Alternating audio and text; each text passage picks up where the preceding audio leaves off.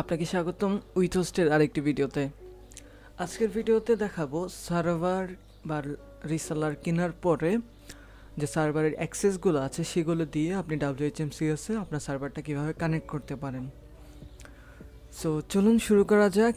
তো এটি করার জন্য আপনাকে প্রথমেই আপনার WHMCS-এ লগ ইন করে নিতে হবে।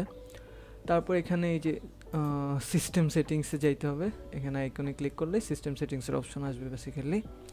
তো তারপর এখানে আপনি সার্চ করতে পারেন সার্ভার লিখে, সার্ভার্স।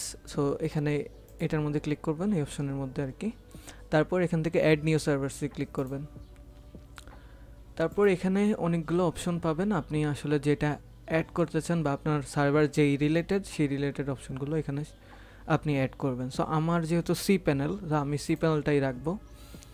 তারপর এখানে দিতে হবে আপনার হোস্ট নেম এবং আইপি অ্যাড্রেস, তারপর ইউজার নেম এবং পাসওয়ার্ড এবং এপিআই টোকেন। সো সবগুলো দেখিয়ে দিচ্ছি কীভাবে আপনি পাবেন। সো আমার কাছে হচ্ছে একটা সার্ভার অ্যাক্সেস আছে, রিসেলার অ্যাক্সেস বা সার্ভার অ্যাক্সেস যেটাই বলেন। তো এখানে আমাকে হচ্ছে তারা ইউজার নেম দিয়েছে, পাসওয়ার্ড দিয়েছে এবং সি প্যানেল নিয়ন্ত্রণ প্যানেল, যেটা হচ্ছে আপনার কন্ট্রোল প্যানেল বা সি প্যানেল আর কি যেটাই বলেন। সো এইটা হচ্ছে আপনার হোস্টিং অ্যাক্সেস। এগুলো সবার ক্ষেত্রেই সেম থাকবে। তো এখানে আরেকটা এক্সট্রা ইউআরএল আছে, হচ্ছে WHM ইউআরএল। যারা হচ্ছে রিসেলার কিনেন বা হচ্ছে যাদের সার্ভার আছে তারা এটা আসলে বুঝবেন যে WHM একটা হোস্ট ম্যানেজার থাকে, আপনাদের কাছে অ্যাক্সেস থাকে। তো আমাদের প্রয়োজন হবে হচ্ছে S7 US, এখান থেকে শুরু করে whiteservers.net পর্যন্ত এটুকু আমাদের প্রয়োজন হবে। সো আমরা এটাকে কপি করে নেব, এখানে পেস্ট করে দিলাম। তারপর সামনে যে 2083 যে সংখ্যাগুলো থাকে এগুলো আমরা হচ্ছে কেটে দেব এবং ফার্স্টের HTTPS-টা কেটে দেব। তারপর এখানে আমাদের ইউজার নেম এবং পাসওয়ার্ড প্রয়োজন হবে। সো এই যে ইউজার নেম দেওয়া আছে, আমরা এটা কপি করে নেব, এখানে পেস্ট করে দিলাম এবং একইভাবে পাসওয়ার্ডটা কপি করে নেব আর এখানে পেস্ট করে দেব।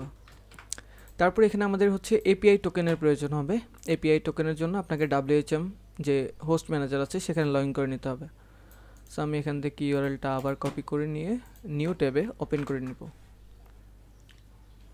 সো নিউ ট্যাবে ওপেন করার পর আপনাকে হচ্ছে ইউজার নেম এবং পাসওয়ার্ডটা দিয়ে দিতে হবে। সো আমিও ইউজার নেম এবং পাসওয়ার্ডটা দিয়ে দিচ্ছি। সো দেওয়ার পরে আমরা জাস্ট লগ ইনে ক্লিক করব। সো আমাদের হচ্ছে হোস্ট ম্যানেজারে বা WHM প্যানেলে লগ ইন হয়ে যাবে। তারপর এখানে আমরা সার্চ টুলস, এখানে সার্চ করতে পারি। সো এপিআই টোকেনস, এই যে এখানে চলে আসবে। সো ম্যানেজ এপিআই টোকেনস, এখানে ক্লিক করবেন। তারপর এখান থেকে এই যে জেনারেট টোকেন, এখানে ক্লিক করবেন। সেখানে যে কোনো একটা নাম দিয়ে দেবেন। সো আমি দিয়ে দিচ্ছি WHMCS। ওকে। সো তারপর এখানে হোয়াইট লিস্ট আইপিস। সো এখানে এটা দেওয়ার প্রয়োজন নাই বেসিক্যালি, যেহেতু আমাদের একই সার্ভারে একই হোস্টিংয়ে সব কিছু হচ্ছে। সো তারপর আমরা হচ্ছে এটাকে সেভ করব। তো সেভ করার পর এই যে এপিআই টোকেনটা আমাদেরকে দেখাবে। সো এই এপিআই টোকেনটা আপনাকে একবারই শো করবে, আপনি এটাকে কপি করে রাখতে হবে।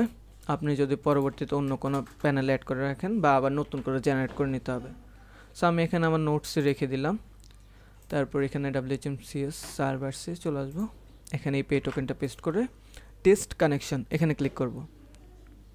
সো দেখুন কানেকশন সাকসেসফুলি, আমাদের হচ্ছে কানেকশনটা সাকসেস হয়ে গিয়েছে, মানে আপনাদের যে সার্ভারটা আছে সেটা আপনার WHMCS এর সাথে কানেক্ট হয়ে গিয়েছে।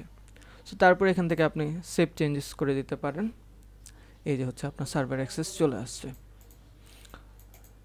সো আজকে ভিডিও এই পর্যন্তই। ধন্যবাদ সবাইকে।